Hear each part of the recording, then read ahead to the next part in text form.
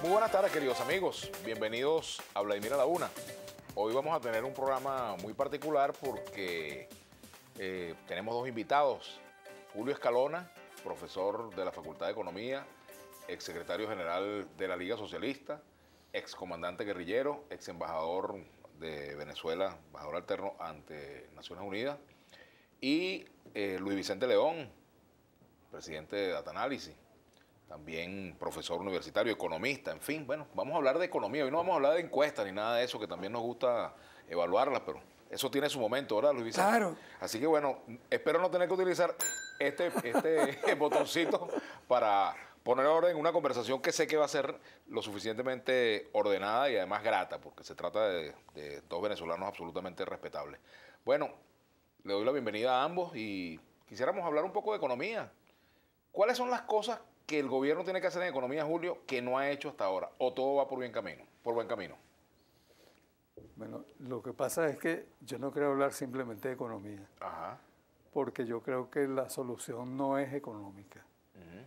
Yo creo que una de las cosas que complica el panorama es que se están viendo solo las variables económicas y particularmente las variables monetarias. En ese sentido, para mí las soluciones entonces son parciales, porque este es un problema mucho más complejo. Incluso yo no creo que es un problema nacional. Yo lo llamo un problema nacional mundial porque claro que tiene raíces en el país, ¿no? Pero esto forma parte de todo un complejo de procesos geopolíticos, ecológicos, ambientales, económicos, por supuesto, que está desenvolviéndose a nivel global y que tiene unas repercusiones en Venezuela. Y creo que un problema que hay con las soluciones que se están proponiendo es eso, que están viendo nada más que ese aspecto. Entonces, yo creo que por una parte hay un proceso de reorganización del mundo, un poco imagen y semejanza del mercado, ¿no? Y por eso, en ese sentido, las fronteras nacionales tradicionales están desapareciendo y están surgiendo fronteras que van siendo impuestas por los movimientos del capital asociados al mercado. Desde ese punto de vista, entonces podemos hacer una macroeconomía de frontera nacional, una macroeconomía más ubicada en el contexto de los procesos mundiales.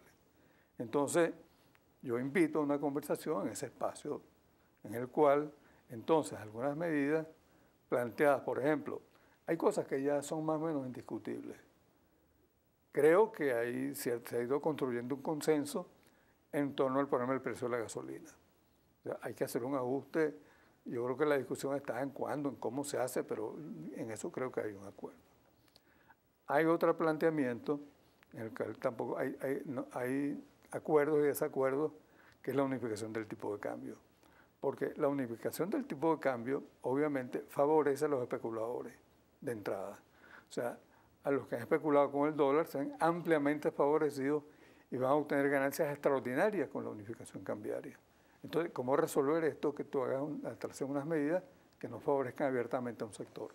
Sí, mira, yo coincido en que los problemas hoy en un mundo globalizado hay temas nacionales, hay temas que están muy impactados por la realidad mundial. Obviamente, por ejemplo, Venezuela, que es un país hiperdependiente al tema petrolero, pues es sometido al estrés de lo que está ocurriendo también en temas geopolíticos muy complejos que impactan el precio del petróleo. Pero yo creo que separando que hay impactos nacionales, hay unos problemas que son específicamente venezolanos. Por ejemplo, hoy, cuando tú chequeas el mapa de América Latina, vas a conseguir que, con excepción de Venezuela y Argentina, todo el resto de los países tienen una situación de equilibrio mucho mejor que la situación venezolana. Entonces, ellos están sometidos al mismo estrés, pero Venezuela está en declive y los otros países han podido surfear muchísimo mejor esa realidad mundial.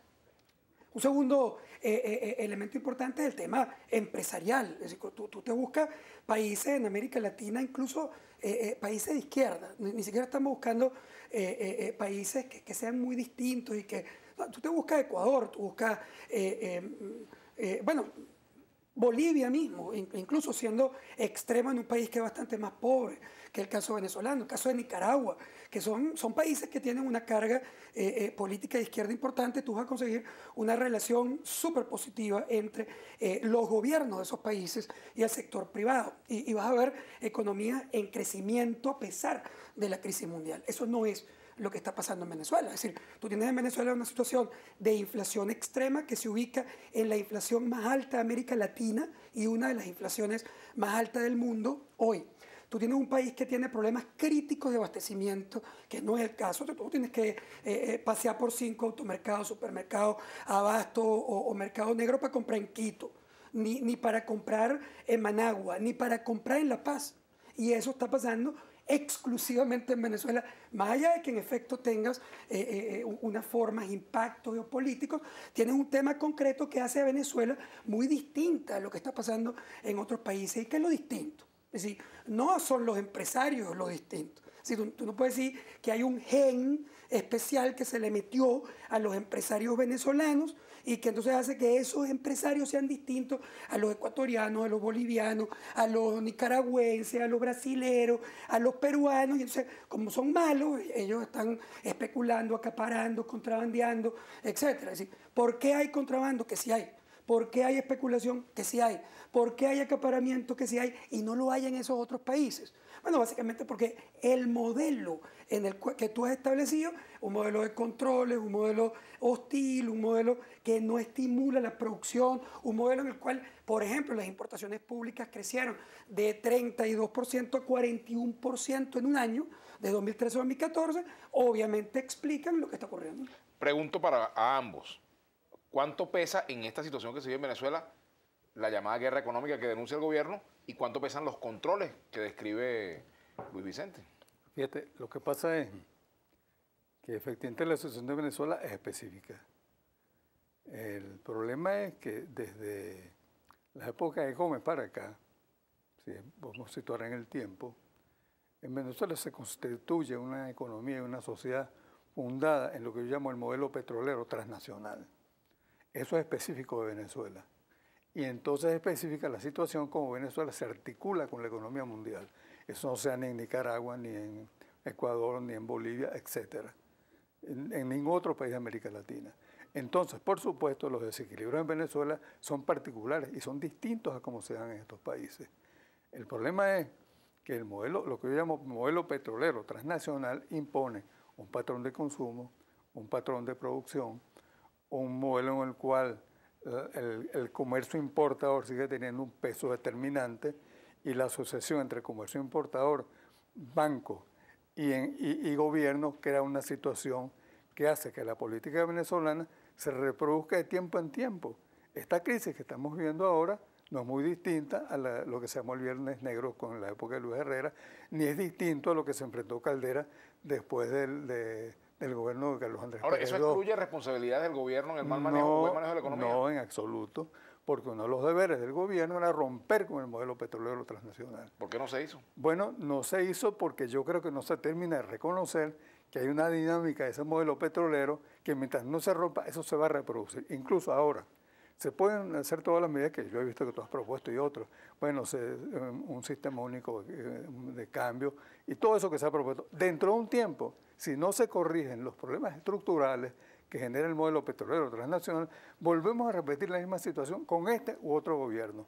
Los gobiernos de derecha y los gobiernos de izquierda, como este, se han enfrentado a los mismos problemas y no han encontrado cómo resolverlos. Entonces, tenemos que hacer una pausa. Al retorno inicia Luis Vicente con sus comentarios en torno a lo que ha dicho el profesor Luis Escalona. Ya venimos.